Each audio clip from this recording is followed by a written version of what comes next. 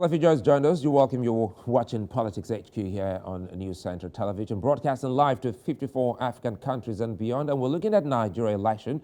And of course, we're looking at two big parties that have both been tested by the Nigerian people, the All Progressives Congress and the People's Democratic Party. You had Daniel Bola. Joining me now is Fouad Oki. He's a chieftain of the All Progressives Congress. And he joins me live in the studio. Good to see you, and thanks for your time. Sulaiman, thank you for having me again. Let's start by, something. I was trying to get clarity here. I said to Daniel, I said almost every politician going into this election, especially the candidates, have all done back and forth, going to different political parties, apart from your candidate. And he said, no, from AC to ACN, ACN to APC is the same as moving carpets. Where should I start with the statements, credited to Dan? We need to situate certain things. There's a difference from somebody putting together political structures and getting political like minds to form an association, which is what has happened with Asiwaju Bola Tinubu. Yes, he did not move from one party to another. It started with AD 1999. Because of the exigencies of that time, he realized that that boat cannot take him and these associates as well as followers to any higher level. So he opted out and worked with others to establish AC. By 2007, he realized that the AC platform, it's not a platform that will go beyond the Southwest zone. So he coalesced with others, to form ACN. You will not take that to be, jumping ship.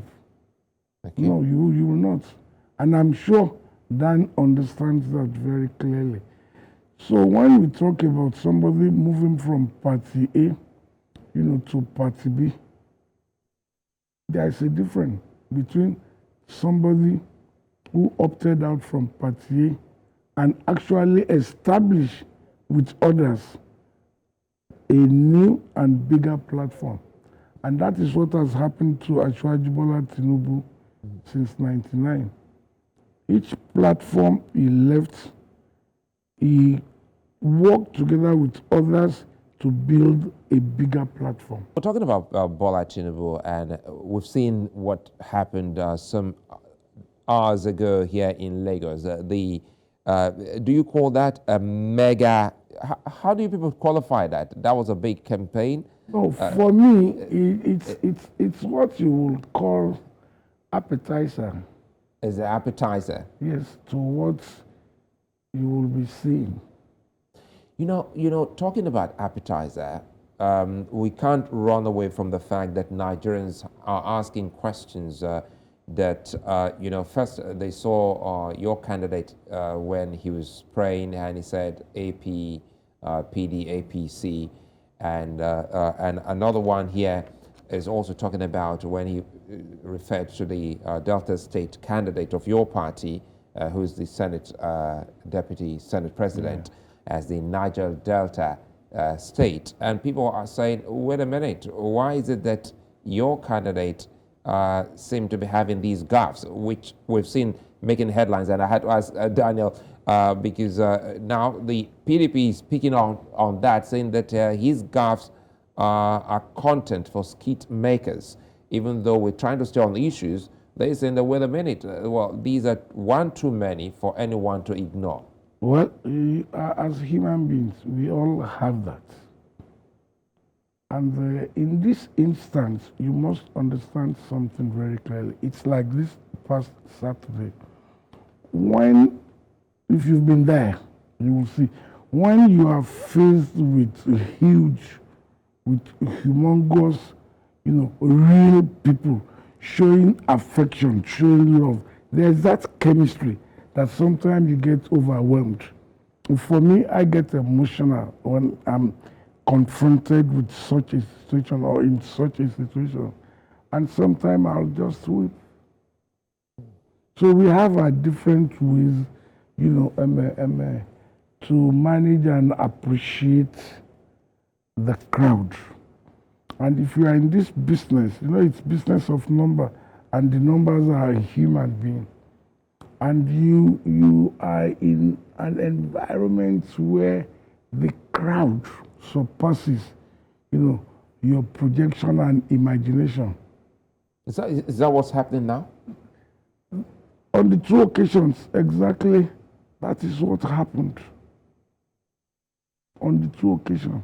You and I have always had this talk about, numbers. You're one who analyzes numbers. Yeah. Even you're one party member who's been so objective to the extent that people thought that you were anti-party. Now, put on that objective mind as a politician and a political analyst, if you will, for a bit. What are the numbers you're seeing in the face of the obedient movement, in the face of the PDP, who are pushing against a ruling party, your party? Are the numbers looking good? My joy about this general election campaign thus far, it's very clear. You also remember my theory of the pretenders, okay?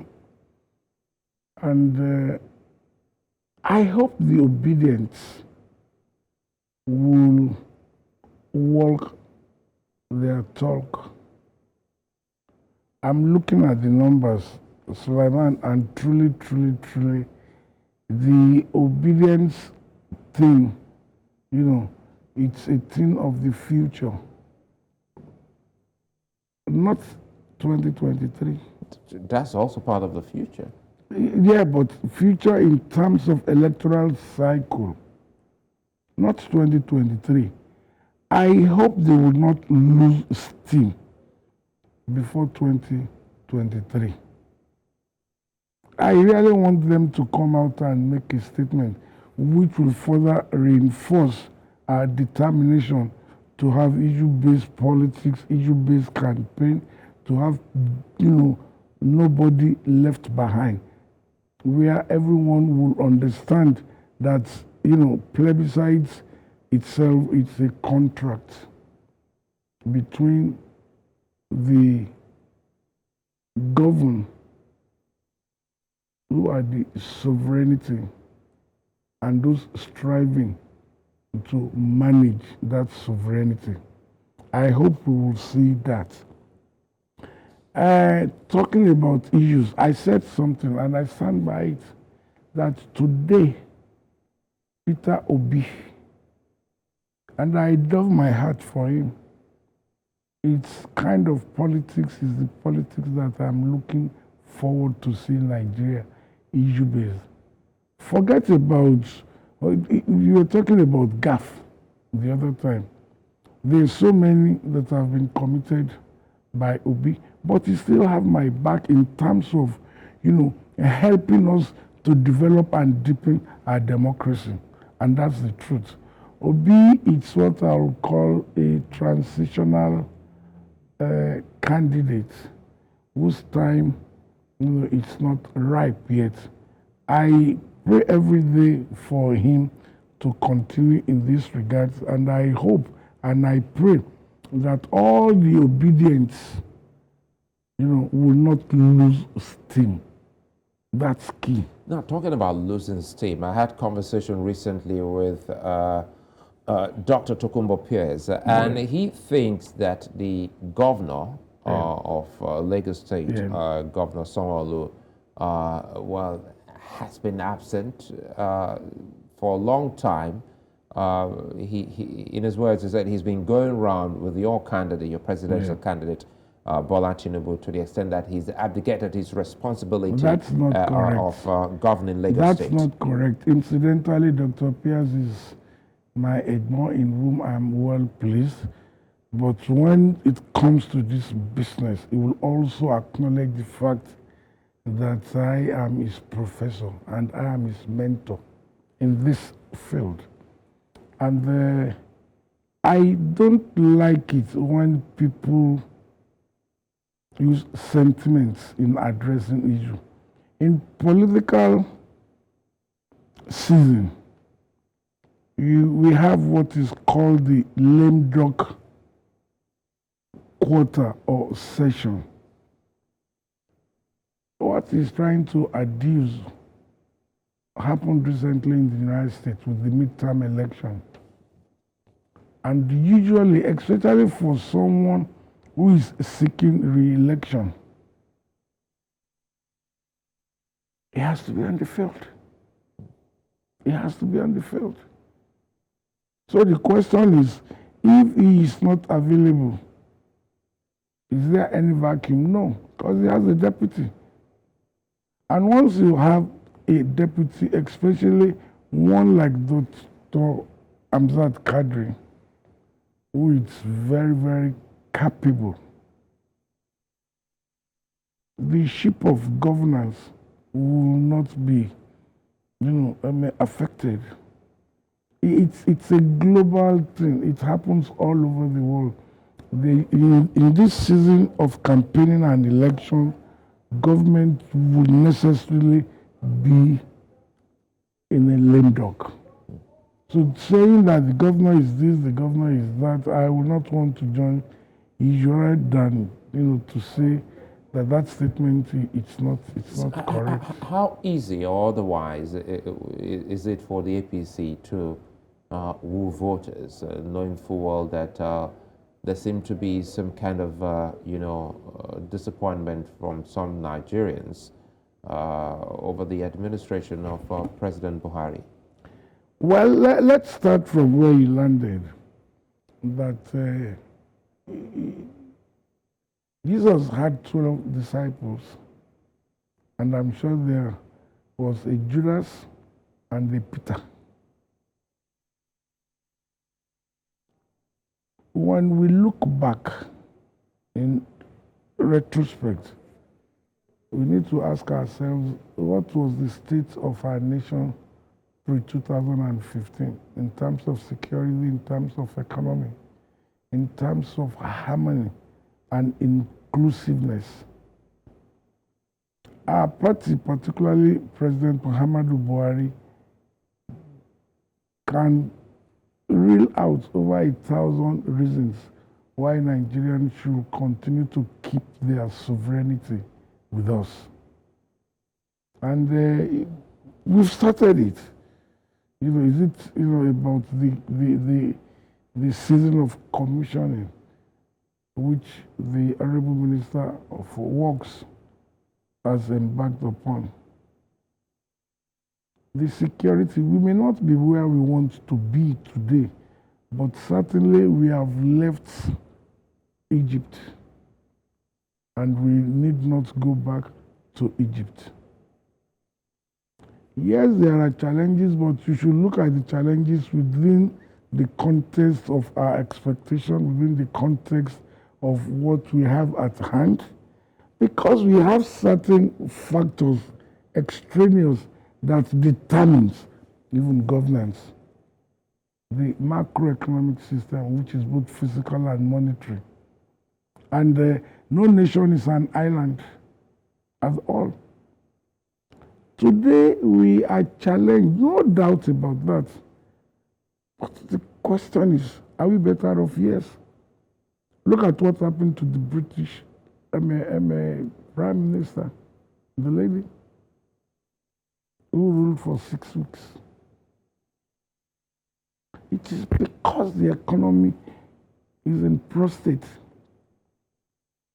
It would be very hard for some Nigerians to agree with you when you say the economy is better, Yes, security. Time was when flags were being hoisted even in the nation's capital, Abuja. Absolutely. Yes, they can give it to President Buhari on security, but on the economy, it will be very hard for You anyone also look at to give it to President Sulaiman, Buhari. On living standard, it will be very hard to give it also to Buhari. Sulaiman, we must interrogate this issue vis-a-vis other extraneous, and I'm using the word guidedly, extraneous factors which we don't determine, which economic forces determines. We are a nation that loves to consume what she don't produce. Toothpick.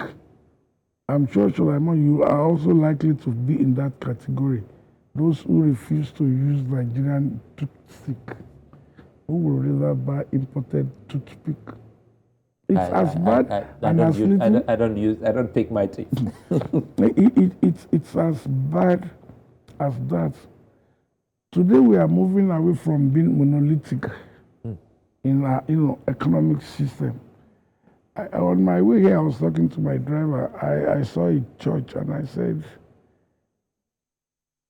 that in the next 2 years, most of the warehouses that have been converted to churches will revert. They will revert. Why do I say so? We are gradually moving away from dependence on oil. We are going through other, foreign exchange earning, products. The next phase for us is to begin again, developing our economy by tweaking, our macroeconomic system so that our factories can come back on stream again.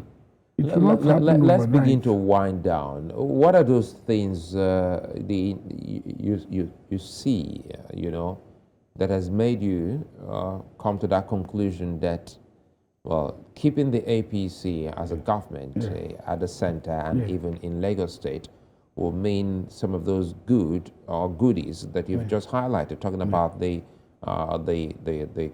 industries, construction, businesses, all coming back on full stream. You said in 2 years' time. Yeah, I said in 2 years. In 2 years' time, we will begin to see most of these churches revert back to what those warehouses were originally meant for. We begin to see factories springing up because today we've started producing things that we are eating, unlike what it used to be. And any nation that refuses to grow what she will eat will suffer what we have suffered. In turning it round, it's not going to be like Christmas carol or Easter parade. It's going to be gradual, and we've moved away. We have taken the curve. We are at the bend, and we must continue to do that. For us as a nation, we must run away from cutting this cycle off, because we'll start all over again. And that's what I mean when I said I was looking at a church, and I said to myself, what will become of this church in the next 2 years? Even it was my driver who said, Baba, I'm sure we'll begin to see factory. And I said, that's the truth. When you look at Oba Akran, you recall the Dunlop. The only factory there, or the only factories there are just two, Nigerites and breweries. As a matter of fact, the Dunlop location, when you drive by it, you will see to let. And I can count on others, but now gradually they are coming back. They are coming back. And that's the important thing. Let's take mobility, transportation. Today I am not happy. I'm not happy because intra-city vehicles that you will see on our roads are still the rickety ones. But my joy is that from next month and at the latest at about February, March, we will have what we've been expecting that will move people en masse. That's the railway, the two lines, the red and the blue lines.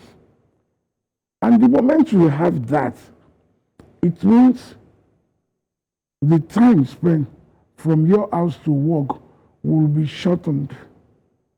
You will travel in a cleaner, buses, that is the train bus.